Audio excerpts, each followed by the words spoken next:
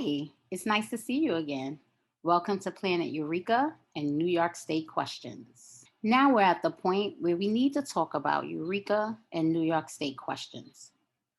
Well, here's what you should ask yourself. How can I embed past New York State exam questions into a Eureka lesson?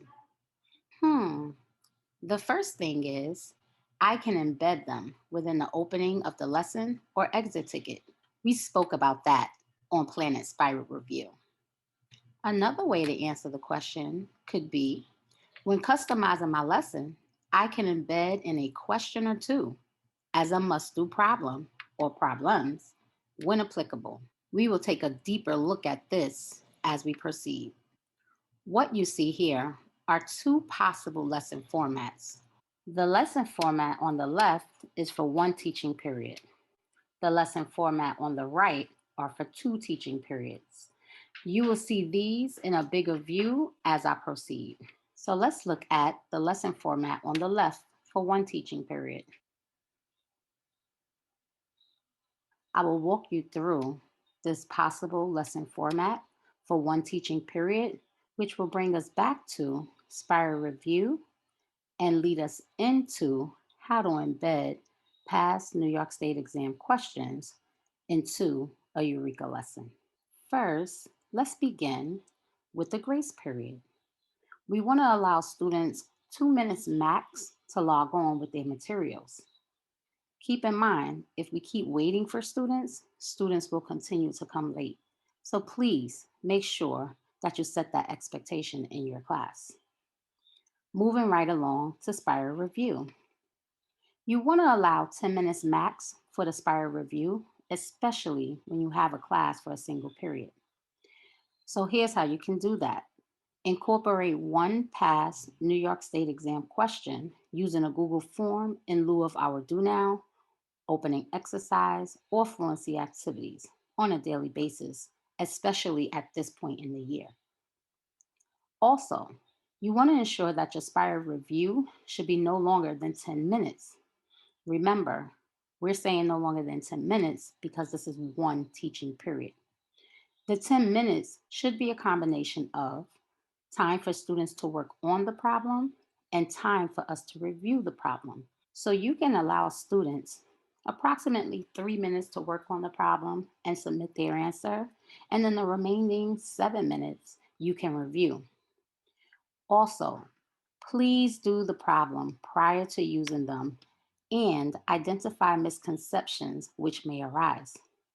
Be prepared to ask students questions to support thinking. Do a quick error analysis to address the distractors. This is an opportunity to go over test taking strategies. And as discussed on Plan Inspire Review, you were able to see review plans with some suggestions regarding the standards to review and the questions you could use. Let's move right along to student outcomes. You want to be able to explain to students what they're going to be learning in a lesson, but you don't want that to maximize your time. So give yourself a maximum of 3 minutes to do that. Summarize the student outcome or outcomes and provide visuals when possible to support their thinking. Let's see what I mean by that.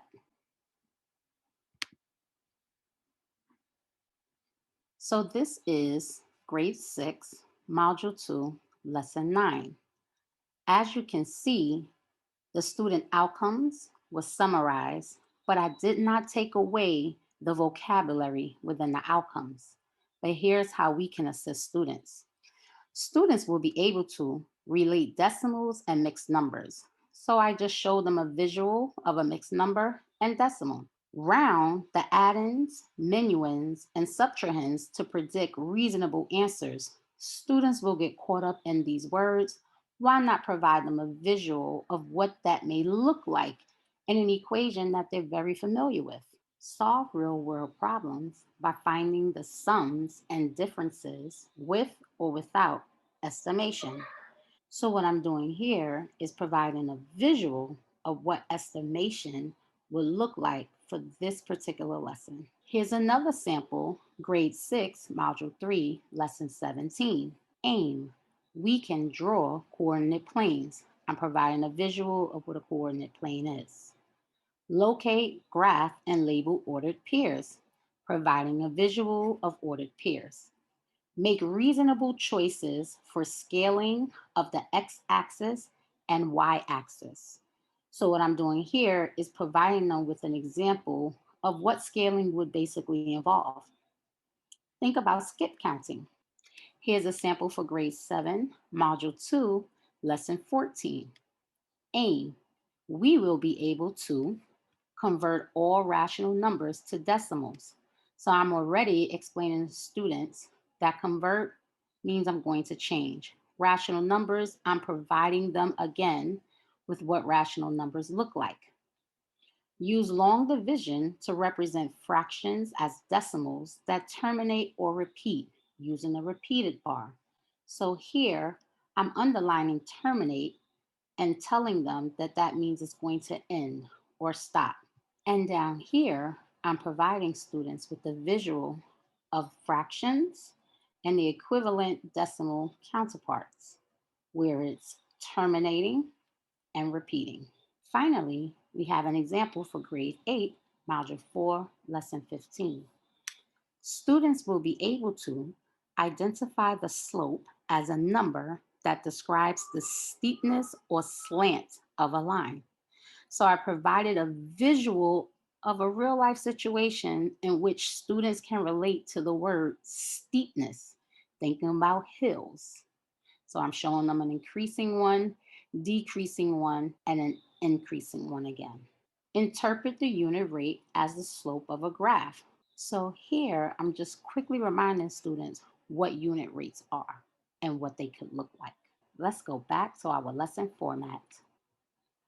Let's move right along to explicit teacher modeling. This should be a maximum of 10 minutes.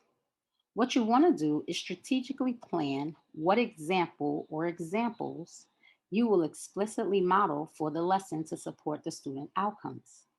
Ensure that your explicit modeling is neat, includes visuals with labels to support your thinking out loud and process, includes scaffolds, includes various math representations when relevant, and it produces an anchor chart for students to reference later on.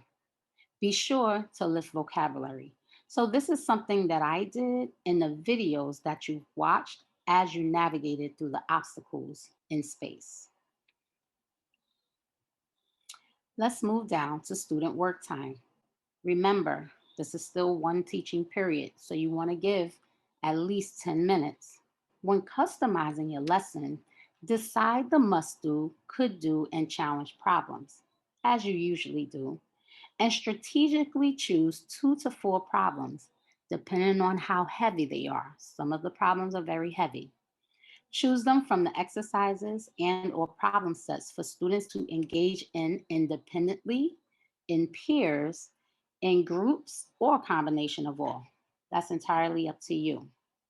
Now, I have in bold and purple, embed 1 or 2 past New York State exam questions into the student work time when applicable, which will result in you replacing 1 or 2 of the Eureka problems, preferably the must do's. Do not add on additional problems. And I'm putting this in bold because if we're choosing 2 to 4 problems and we now want to embed New York State exam questions in, you don't want to put that on top of those problems. So let it replace the must do's. And I specifically say the must do's because the must do's should be the problem that everyone has an opportunity to attempt, and you want everyone to have the opportunity to attempt those past state exam questions when applicable. So I'm going to click here to see the important details or information about when applicable. But before I do, I want you to be sure to set expectations for your students and their work product when they are working independently or with their peers. And be sure to circulate to support students and push their thinking while taking notes of students' work. Let's see what I mean by when applicable. What do I mean by when applicable? Well, within a Eureka curriculum and other curricula, it often takes several lessons to build the knowledge needed to be proficient within a standard. As a result, we do not, I repeat, we do not want to embed a past state exam question into our current lessons as a must do problem or problems or exit ticket prematurely. However, the reason we want to embed it is because we will not have time to spiral back to expose students to the past state exam question pertaining to the current standards being taught. Therefore, we must look at the lessons carefully and plan strategically. For example, grade 6, module 4.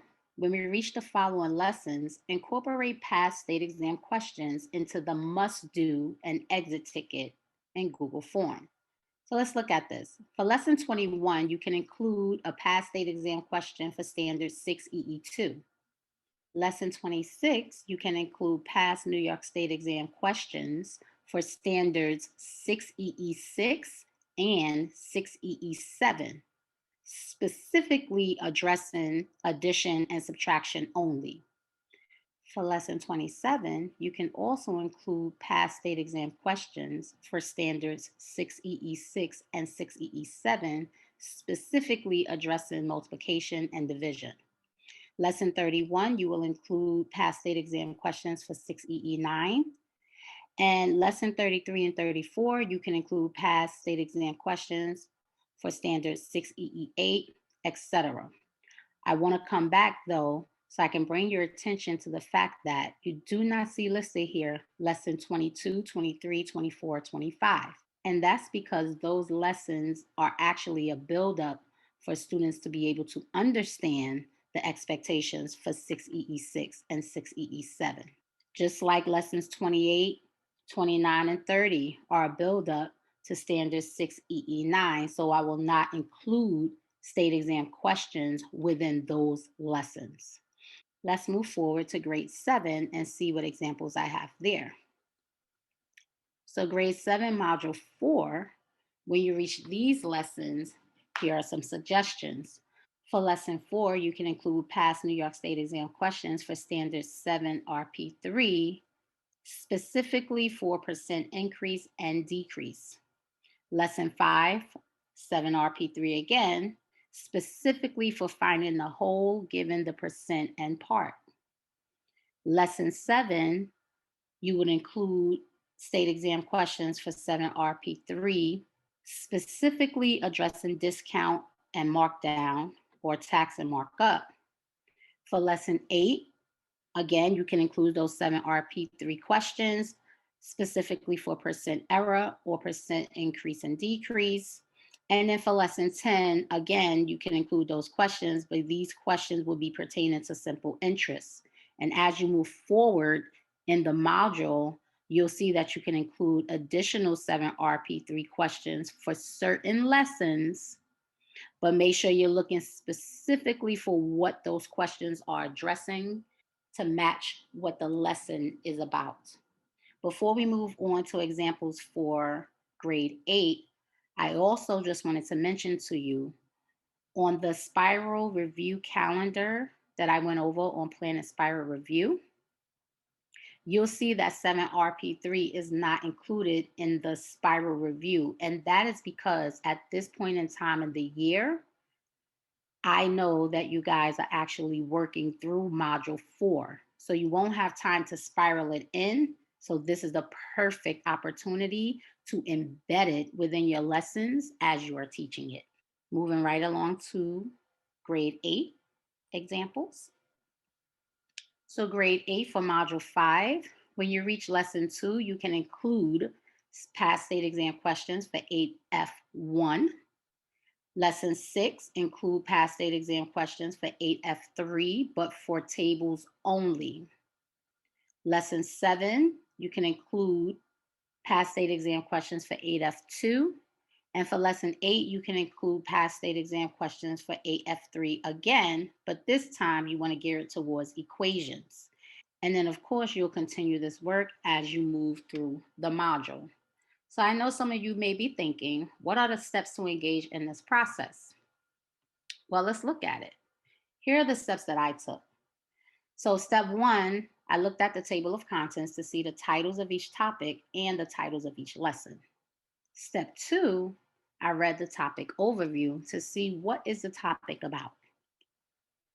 Step three, I went to each lesson one at a time and I did the following. I read and analyzed the student outcome and outcomes. I read and analyzed the lesson's content. So I went through each of the problems. I did each of the problems. I read and analyzed the exit ticket. So I read the exit ticket and I engaged with that exit ticket. And after doing all of those things, I determined if the lesson encompassed everything students would need to know to engage in a past New York State exam question. If it did, then when I determined my must dos for that lesson, I replaced one of them with a past New York State exam question. If it did not, I did not include a past New York State exam question. I just continued my lesson using the must dos that I decided for this lesson. And then just repeat steps 2 and 3 for each topic. And there's one more thing I would like to bring to your attention. I just went through how to embed past New York State exam questions into a Eureka lesson. For each of those examples I shared, it just so happened that those standards are in the major cluster for 6th, 7th, and 8th grade. But I want you to keep in mind that when you are teaching upcoming lessons that are from the supporting and additional clusters, which you'll see here in blue and yellow, that you still must teach those lessons and still embed past state exam questions when applicable. The standards may not be major, but they are still important and students will be held accountable. Also, please note, some standards have the word post next to it, which you'll see over here on the right.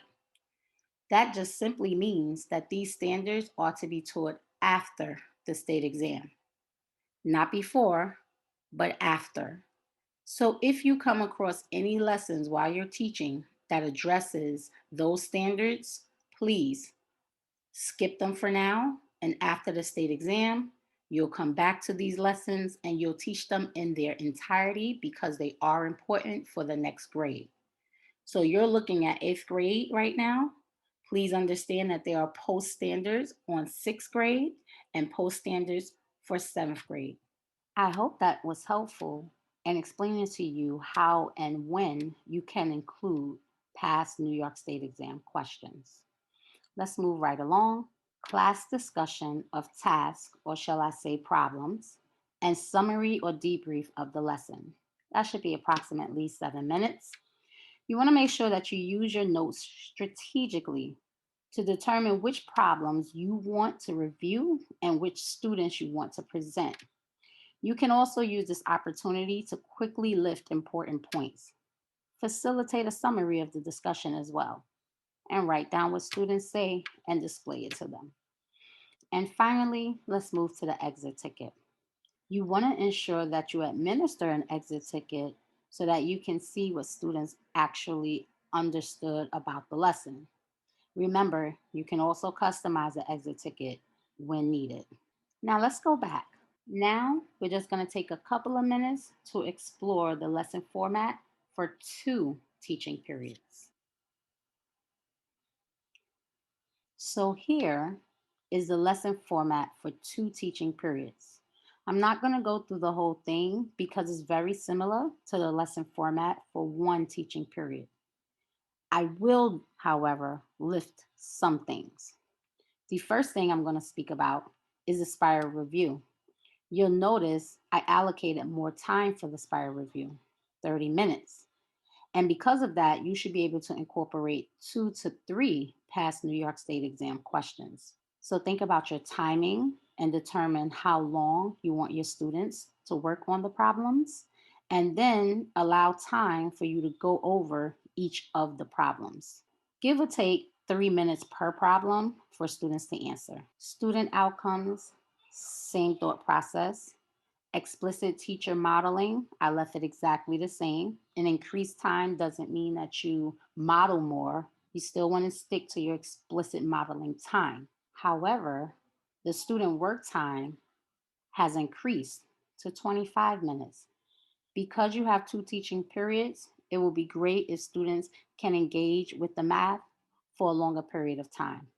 I will bring your attention to the fact that I have changed the amount of problems that you should allow students to work on from 2 to 4 problems to 3 to 5 problems.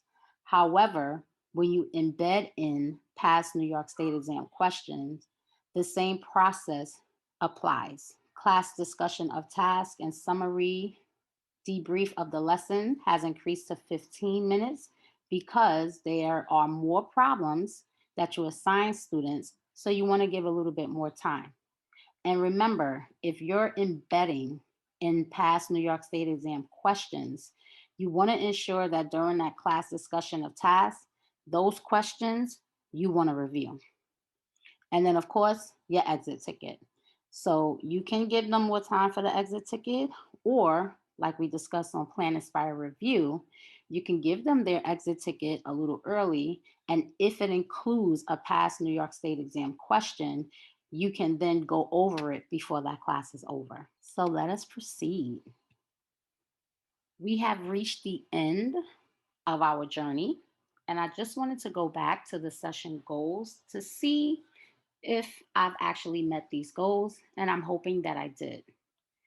The first goal was to support participants on how to engage in Aspire review of previously taught standards while collecting data and providing students with explicit models without impeding on the time needed to continue teaching current lessons. That's the reason for the lesson format. And then also, as you navigated through the obstacles, I provided examples of how you can explicitly model these problems. The second goal was to support participants in embedding New York State exam questions into a Eureka lesson. So that's when I referenced the when applicable, where I went through samples for grade 6, grade 7, and grade 8, and suggested where you can plug in those past New York State exam questions into certain lessons. And now the session objectives. So I do hope that you all feel that the objectives were met and that you can walk away knowing how to intentionally plan lessons with opportunities for students to engage in Aspire review of previously taught standards, and that you intentionally plan lessons with embedded New York State exam questions to expose students to state expectations while maintaining the integrity of the Eureka curriculum. I hope each and every one of you feel comfortable doing this and will immediately incorporate these ideas, as well as make this a year-long practice starting at the beginning of the next school year, September 2021. I see you back in space.